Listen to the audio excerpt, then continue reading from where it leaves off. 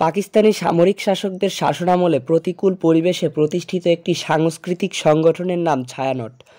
1961 সালে রবীন্দ্রনাথ ঠাকুরের জন্মশতবার্ষিকী উদযাপন করার ঐকান্তিক ইচ্ছায় রবীন্দ্র ভাবনা এবং রবীন্দ্রসঙ্গীতকে অবলম্বন করে সংগঠনটির যাত্রা শুরু হয়। সঙ্গীতকে অবলম্বন করে বাঙালির সংস্কৃতি ভাবনার সাধনার সমগ্রতাকে বরণ ও বিকাশে ছায়ানট অগ্রণী ভূমিকা পালন করে।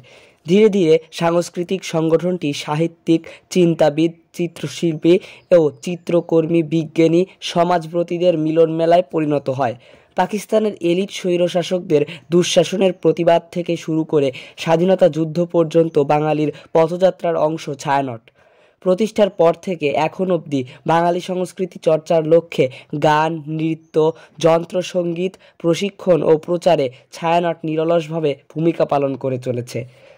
সাংস্কৃতিক কার্যক্রমের পাশাপাশি বিভিন্ন ধরনের দুর্যোগ ও মহামারীতে বিপন্ন মানুষের মধ্যে ত্রাণ সহায়তা সহ নানান ধরনের সেবামূলক কাজেও অংশ নেয় এই সংগঠন।